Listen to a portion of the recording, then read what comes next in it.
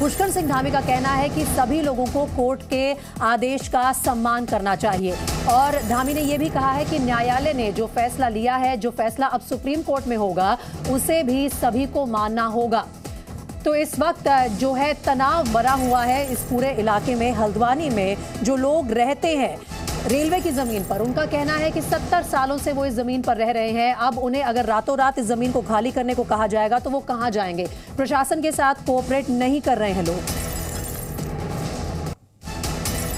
अभी क्योंकि मामला न्यायालय में है और जो भी न्यायालय का आदेश होगा, और हम हमेशा कानून को, संविधान को, सबको मानने वाले लोग हैं, जो भी विधि सम्मत न्यायालय का फैसला होगा सरकार उस पर काम करेगी। लेकिन पाका डेलीगेशन आ रहा है, यहाँ हरीश रावत जी उपवास कर रहे हैं, तो ये लगने लगा कि अभी सुप्रीम कोर्ट के फैसले सभी को माननीय न्यायालय पर भरोसा करना चाहिए, उन पर विश्वास करना चाहिए। हमारी संस्था है और हम सब लोग न्यायालय को मानते हैं और सरकार के स्तर पर न्यायालय का जो भी निर्णय आएगा वो हमको मानना है। तो इस वक्त देखिए जो तस्वीरें आ रही हैं वो ये साफ बयान करती है कि जो लोग तमाम 50 से 60 हजार की आबादी इस इलाके में रहती है वो यहाँ से हटने वाली नहीं है। जो प्रदर्शनकारी धरने पर बैठे हैं, आइए उनके कुछ रिएक्शन सुन लेते हैं। हमारा कहना यह है कि हमने जो है रेलवे की जगह में कोई इंक्रोचमेंट नहीं किया गया है। सरकारी आदेशों के मुताबिक सरकारी पट्टों के हिसाब से रह रहे हैं। मेरे हाथ में जो है पेपर हैं, सरकार ने जो इसका सर्वे करा करके हम लोगों को पट्टे दिए हैं। ये देखिए सर, ये सर्वे करा हुआ पेपर है ये, जिसमें आपको जो है ये लाइन नंबर 18, ये लाइन नंबर 17 दिखाई दे रही है ऊपर। उसके बाद ये जो है सर्वे करा है और रेलवे की दूरी जो बताई गई 30 मीटर बताई गई है और इसमें 34 मीटर बताई गई है और इसके अलावा और भी सर्वे के नक्शे हैं। हमारा यहाँ का 100 साल पुराना इतिहास है। हमारे दादा परदादा सब यहीं रहते थे, तो हम भी यहीं रह रहे हैं।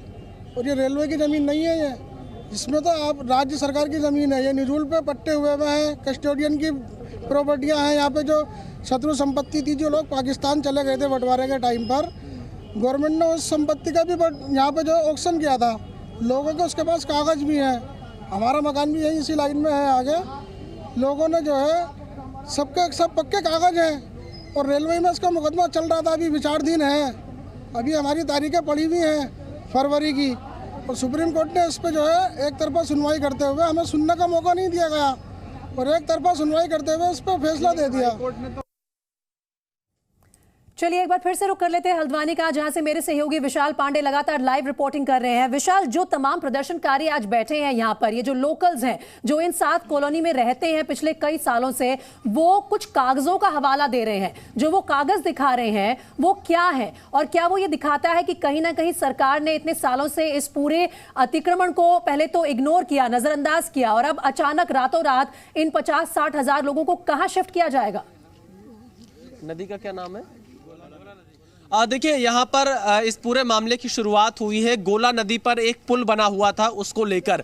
वो पुल पहले यहाँ पर गिरता है तो जो स्थानीय लोग थे उन्होंने ये आरोप लगाया कि इन 7 बस्तियों में जो लोग रहते थे वो वहाँ पर खनन करते थे, जिसकी वजह से वो पुल गिरा। और इसी आधार पर एक PIL यहाँ के स्थानीय वकील ने नैनीताल हाईकोर्ट में दायर की और उसके बाद यहाँ पर जब जाँच पड़ताल की गई तो यह पाया गया, यह माना गया कि इस वजह से ही यह पुल गिरा था जो खनन यहाँ पर लोग किया करते थे। उसके बाद ये पूरा फैसला सामने आया। लेकिन यहां पर सवाल यह उठता है कि आखिरकार इतनी बड़ी संख्या में 50,000 से 60,000 लोग पिछले 50 सालों से यहां पर कैसे बसते चले गए? ये कहीं ना कहीं प्रशासन पर भी सवाल जरूर खड़ा होता है। जो इससे पहले की सरकारें रही हैं या जो भी सरकार यहां पर रही है, अगर इनके पास कागज नहीं थे तो इन्हें कैसे एक के बाद एक यहां कई घर बनाने दिए गए, इसकी इजाजत कैसे दी गई? और लोगों का यहां पर कहना है कि कई स्कूल बनाए गए, मंदिर बने हुए हैं, मस्जिद बने हुए हैं, इसके अलावा कई और सरकारी यहां पर चीजें बनी हुई है। लेकिन इनके पास कागज क्या है? मैं एक बार फिर से इन्हीं लोगों से पूछ लेता हूं, आपके पास कागज क्या है आपके अपने पक्ष में, जिस आधार पर आप लोग यहां पर अपनी बात रख रहे हैं? अभी कागज तो हमने मतलब 1951 तक के दिखा दिए।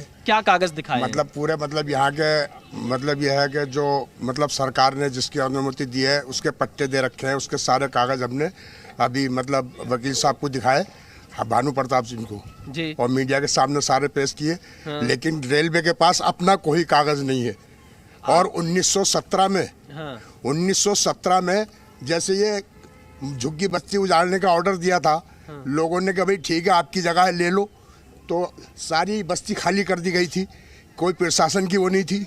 लेकिन रेलवे ने अपनी सामने बाउंड्री देख रहे, रेलवे ने अपनी बाउंड्री खींची, उसके बाद में पीछे एक दीवार और लगी है, उसके बाद में रेलवे ने वो दीवार खींची, जहां तक रेलवे की जगह थी उसने अपने हदबंदी कर ली। उसके बाद में लोगों को फिर से ऑर्डर दे दिया कि जो मेरी जगह है।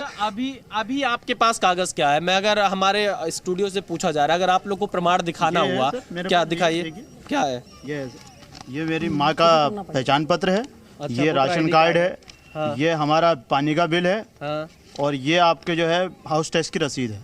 अच्छा जी। तो ये कागज आपने हाई कोर्ट में नहीं दिखाया? आप लोगों ने दिखाए हैं सर, दिखाए, सुनने को राजी नहीं है सर हाई कोर्ट, सुनने को राजी नहीं है। हाउस टैक्स है? जी हाँ सर, ये हाउस टैक्स है, देखिए आप, देखिए। और जब रेलवे ने अपनी जगह मानने से इनकार कर दिया तो जी हाँ, ये किस सन में दिया है आपने? ये सर, ये तो अभी नहीं लोगों का दावा है कि उनके पास पक्के कागज हैं और वो इस जमीन पर पिछले कई सालों से, कई दशकों से रहते आए हैं। सरकार उन्हें नहीं हटा सकती, हाईकोर्ट का आदेश वो नहीं मानेंगे। आपके पास लौटते रहेंगे और इस खबर से जुड़ी तमाम अपडेट्स दर्शकों तक पहुंचाते रहेंगे। इस वक्त जो तस्वीरें हैं वो प्रदर्शनकारियों की हैं जो यहाँ रेलवे की जो लैंड है उससे हटने को तैयार नहीं है।